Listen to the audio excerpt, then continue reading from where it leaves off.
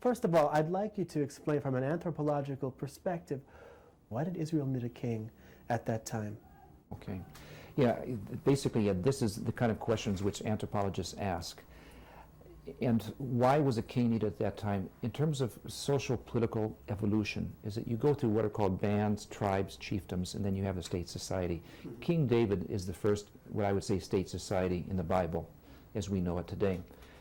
Now, what happened was when we have the 12 tribes can function very, very well up to a certain point of time. That point of time is numerically expressed. Once you reach X number of thousands of people, the tribal political situation no longer functions. You would then have to set up what is called a chiefdom.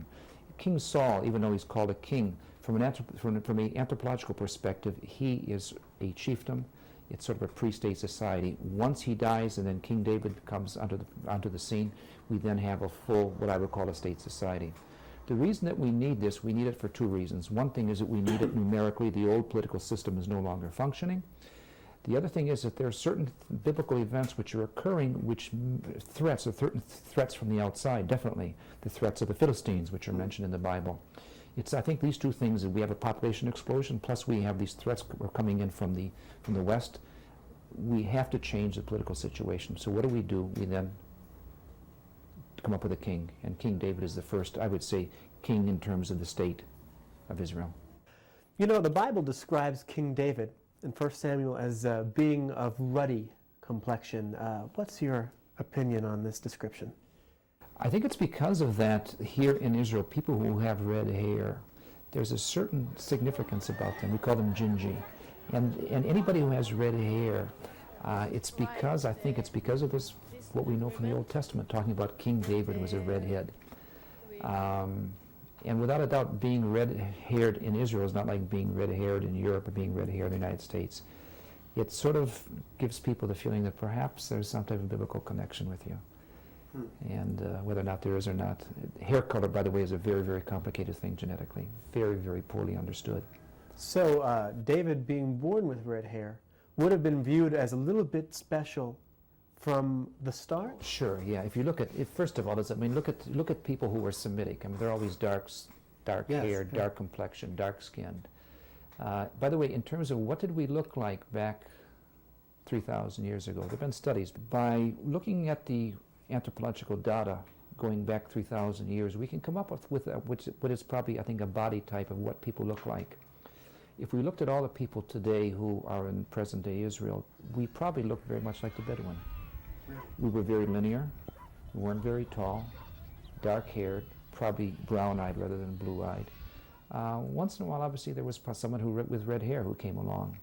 But we probably look much more like the Bedouin in terms of body build. Whether we were as dark as a Bedouin, I think we probably would have been as well. We take our tourists to what we traditionally know as King David's tomb, King David's grave. What's your take on that? Is that an authentic location? That's a complete fabrication. It wasn't a fabrication which was done deliberately. It was a fabrication which was done unintentionally by the Crusaders. They did not know where the city of David was. It says very clearly that King David, unlike most of the Israelites, was buried in the city of David.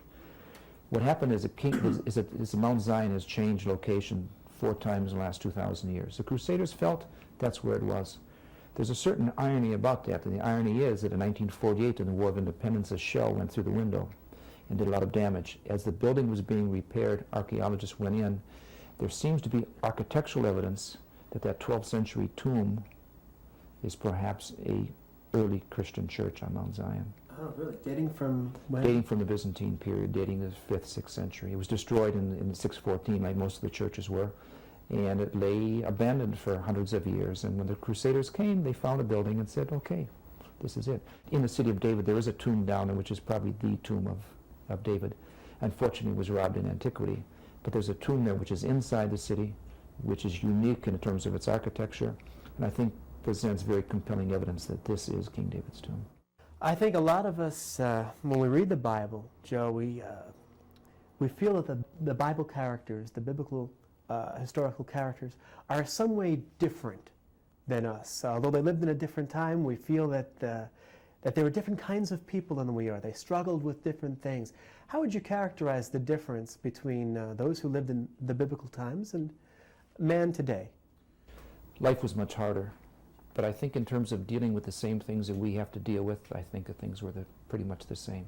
They had to deal with pride, they had to deal with making a living, they had to deal with power struggles, they had to deal with problems within the family. I don't think that things have changed that much over the last 3, 4, 5,000 years. So man today is wrestling with the same issues. Correct. Yeah, that's the reason that the Bible today is still relevant, even though it was written, say, for example, 3,000 years ago. The events which it describes, I think, there's something which are untimely. There's something which are timeless. And that's the reason that these things, even though they're written down 3,000 years ago, these things become very, very relevant for man's predicament today.